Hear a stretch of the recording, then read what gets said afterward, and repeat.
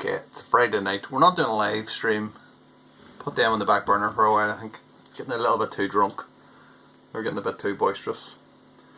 This one is from Johnny McAlinden, Jonathon McAlinden. The Morning Dew on Donard IPA. Now, as I say the words IPA, it's definitely a hazy beer. You can see it pretty clearly. The haze is exploding. It's not even out of the bottle yet. 4.3% keg conditioned. Bottled on the 5th of September 21. And this came last week. Complete surprise. I don't know anything about this beer. It just came back. Complete surprise. And anytime Johnny sends me a beer, it's just like, it's gonna be good. It's gonna be good. So the Morning Dew on Donard, I mean, conjures up all kinds of. I should probably open it with that hand, and then I won't have my arm over my face when I'm talking. Conjures up many an image. Donard being Sleeve Donard. Sleeve Donard is like a mountain, but they're not called. It's not called Mount Donard. It's called Sleeve because all the mountains are called Sleeves. Don't ask me why. I don't know. It was like that. It was like that before I was born, and it's gonna be like that after I die. So it smells amazing. Woo! First drink on a Friday night. First drink all week. We're back to not drinking during the week, which makes me appreciate the beer on a Friday night even more. Let's get it poured. It is hazy. You can see the haze coming out of the bottle.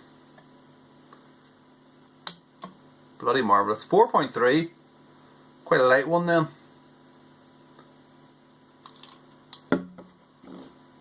It doesn't look light though. It looks pretty thick. Pretty hazy. Pretty lovely. Very nice indeed. Very nice. There's not. Oh, there is a right few bubbles streaming up now. It has to be said. I can't really see them because it's so opaque. Oh shit! Spilling it everywhere, trying to see underneath the glass like a wally. Oh my god, it smells amazing. Right, here we go. The Morning Dew on Donard. What does that taste like? What does the Morning Dew on Donard taste like? Let's find out. Let's see what it smells like first. Lovely.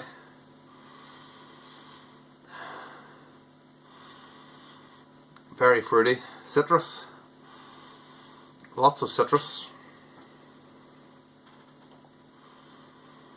Smells like one of Timmy's beers, actually. Not sure which one, because to be honest, everything kind of becomes a blur for me after a while. Which is a good thing about doing video.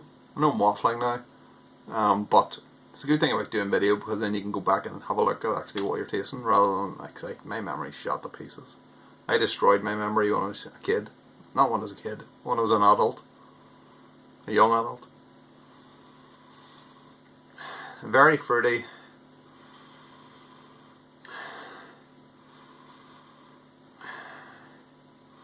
I could swear there's even a bit of like passion fruit or like mango or something in there, a little touch tropical. Yeah, definitely.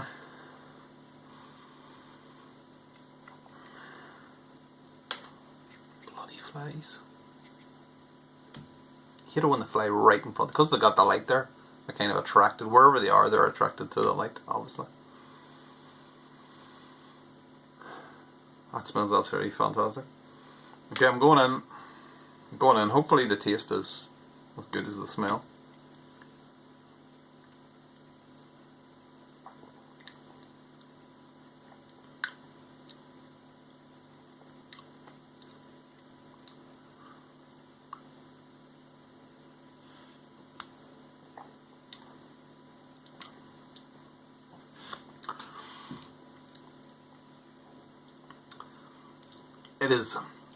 It's a light. It's only 4.3%. It is definitely a light beer, but it has a body. It's light, but it has a body. It's like nicely disguised. I mean, you're never going to get a really big body on a 4% beer, let's be honest. But that's pretty impressive.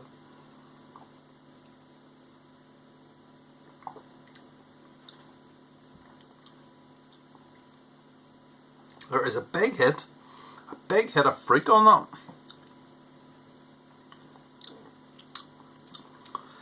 It's a little bit tropical. It's hard to pinpoint exactly what it tastes like. There's a bit of like tropical notes. There's a little tiny bit of bitterness on it as well too, so maybe that's why it's an IPA rather than a New England IPA. But it's really kind of far back on the back end.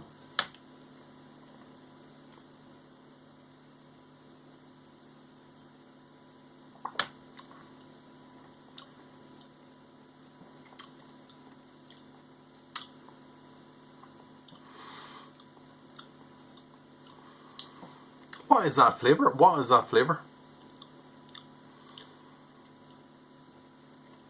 It's hard to explain. It's not. There's a little bit of some tropical notes in there, and there's definitely a bit of citrus in there. But there's something else as well. Maybe it's the bitterness coming in or something. I'm not entirely sure, but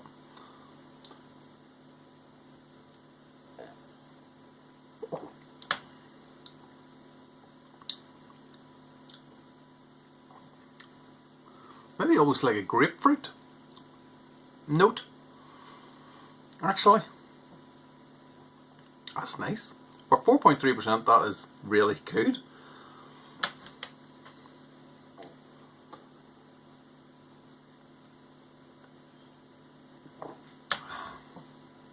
I have been doing way too much beer shopping of late,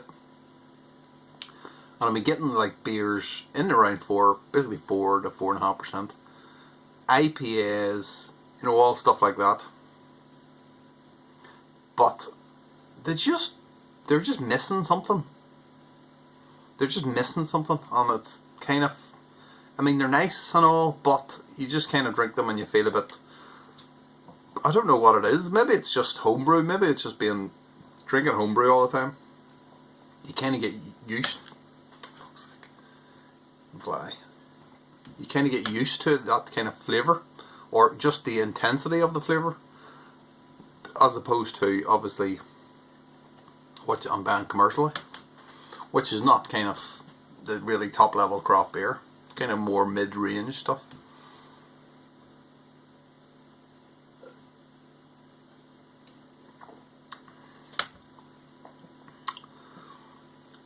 That was good. I like that. It is definitely.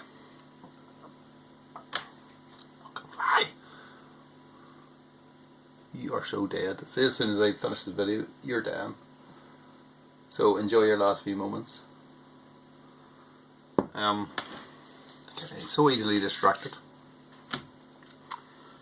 What was I saying? Does anyone remember what I was saying? Because I don't. Yeah, so IPA. I wouldn't say it's. Well, I mean, I don't even know. You know what I'm gonna do? I am definitely gonna make a proper old school West Coast IPA and see what that's like, because I need to know what. Because anything basically under 40 IBU all tastes the same to me, and that's a bit worrying. So I'm going to make one that's just north 60, maybe 60, and we'll see how that turns out. And we're going to hop it, and we're going to hop it, and we're going to hop it again to see if I can understand what old school proper beers taste like.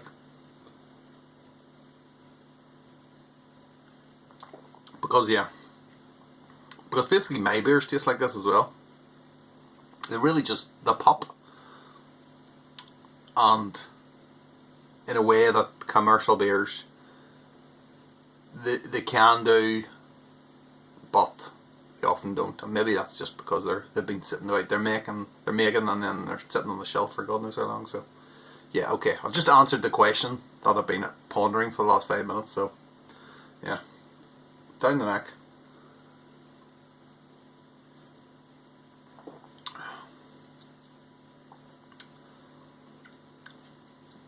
That's a really nice beer. That is a very nice beer. That's 4.3%. Amazing. Cheers, Johnny.